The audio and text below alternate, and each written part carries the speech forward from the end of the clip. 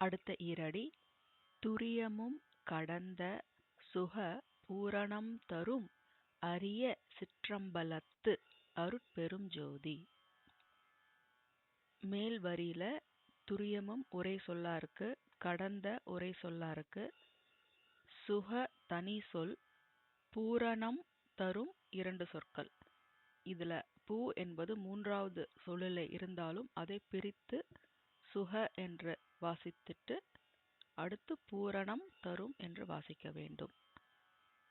கீழே இருக்கும் வரியில் அரிய தனி சொல் சிற்றம்பலத்து, அது மூன்று சொற்களிலே இருக்கிறது. முதல் மூன்று சொற்களிலே அதை சேர்த்து வாசிக்க வேண்டும். அருட்பெரும் ஜோதி. இதற்கு முன் நம்ம மூன்று ஒளிகளை அனுபவிக்கும் போது அந்த அனுபவமே அருட்பெரும் ஜோதி என்று பார்த்தோம். இங்கே அந்த மூன்று ஒளிகளை அனுபவிக்கும் போது நம் உடலிலே நம் மனதிலே எந்த நிலை இருக்கும் என்பதை விளக்கும் வரிதான் துரியமும் கடந்த என்பது.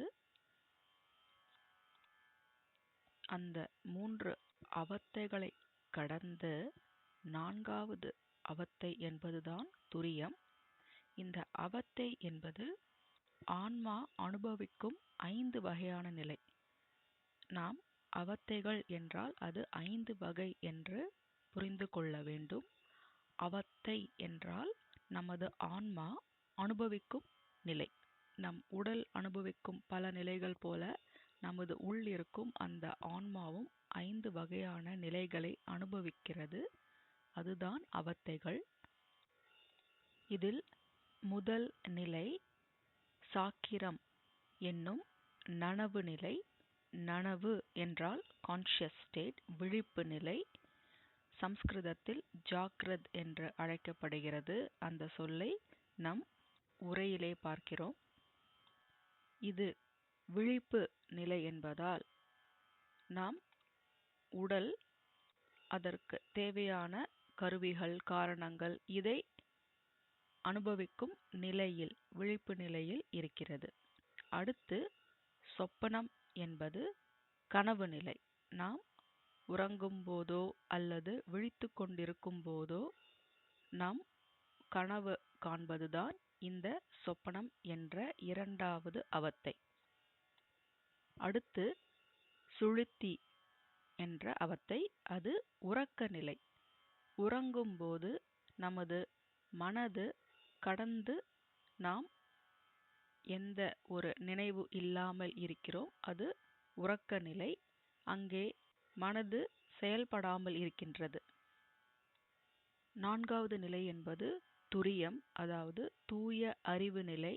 இங்கே நமது பரு உடல், அதாவது பிசிக்கல் பாடி என்பதை மறந்து நாம் சூக்கும தேகம், அதாவது நாம் ஆற்றல் ஆன தேகம், அதை பிராணவாயு, அதாவது நாம் வெறும் ஆற்றல், அதை அறியும் நிலையே துரிய நிலையாகும்.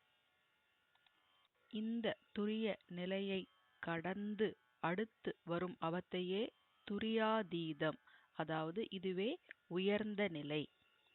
இந்த நிலையில் ஆன்மா என்பது அனைத்து கருவிகளிலிருந்து விடுபட்டு இருக்கும். கருவிகள் என்றால் கரணங்கள், அதாவது இந்த உலக வாழ்க்கையை அனுபவிக்க தேவையான பொருட்கள். இந்த பொருட்களின் நனவு இது எதுவும் இல்லாமல் அந்த ஆன்மா இருக்கும் அந்த நிலையே துரியாதீதம் என்பது. இங்கே மும்மலங்கள், அதாவது ஆணவம், கன்மம், மாயை, இந்த மும்மலங்களிலே ஆணவ மலத்தை மட்டும் வைத்து கொண்டு இருக்கும் அந்த நுண்ணிய நிலையே துரியாதீதம் என்பதாகும். இந்த மனித உடல் என்பது எப்படி சிறு வயதிலிருந்து வளர்ச்சி பெறுகிறதோ, முதிர்ந்து போகும் நிலையில் பக்குவம் அடைகிறதோ, அதுபோல இந்த ஆன்மாவிற்கும் பரிணாம வளர்ச்சி, அதாவது அதுவும் பல வளர்ச்சியை மேற்கொள்கிறது. அந்த வளர்ச்சியின் முடிவே துரியாதீதம் என்பது. அவத்தைகள் என்பது ஆங்கிலத்தில் ஸ்டேட்ஸ் ஆஃப் கான்ஷியஸ்னஸ் மற்றும் ஸ்டேஜஸ் ஆஃப் த சோல் என்று அழைக்கப்படுகிறது. சாக்கிரம் அதாவது ஜாக்ரத் என்பது ஆங்கிலத்தில் வேக்கிங் ஸ்டேட், கான்ஷியஸ் ஸ்டேட், நாம் விழித்து கொண்டு இருக்கும் அந்த நிலை. அடுத்து சொப்பனம் என்பது ட்ரீமிங் ஸ்டேட், கனவு நிலை.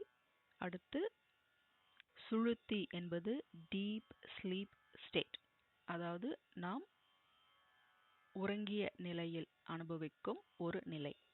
அடுத்து துரியம் என்பது 4வது ஸ்டேட் என்று, 4th ஸ்டேட் என்று குறிப்பிடப்படுகிறது. துரியாதீதம் என்பது பியாண்ட் த 4th ஸ்டேட். அதற்கு சரியான ஆங்கில பெயர் இன்னும் இல்லை.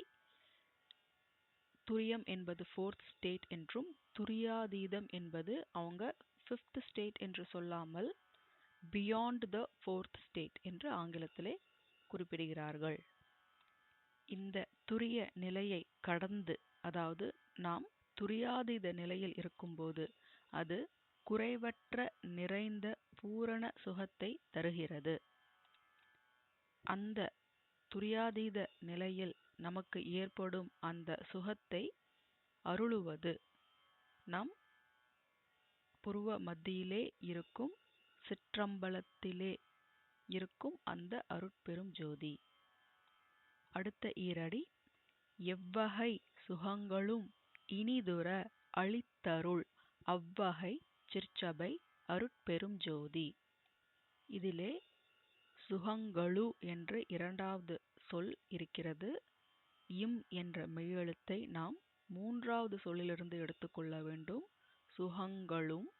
அடுத்து இம் என்ற மெய்யெழுத்து சென்றதால், 2வது சொல்லுக்கு சென்றதால் 3வது சொல் உயிரெழுத்து இ, இனிதுர என்று நாம் வாசிக்க வேண்டும்.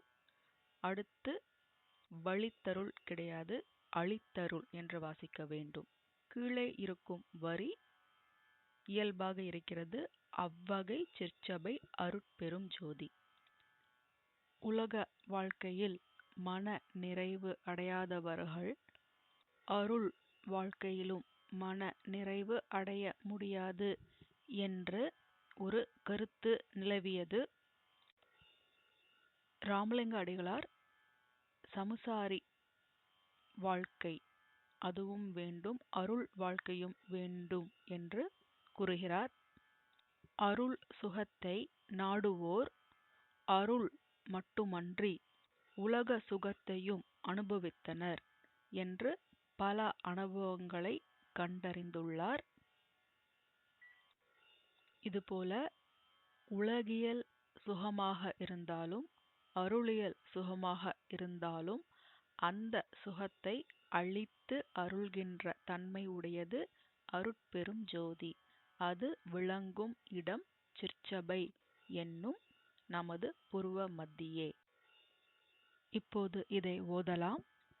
துரியமும் கடந்த சுகபூரணம் தரும் அரிய சிற்றம்பலத்து அருட்பெரும் ஜோதி. எவ்வகை சுகங்களும் இனிதுர அளித்தருள் அவ்வகை சிற்சபை அருட்பெரும் ஜோதி.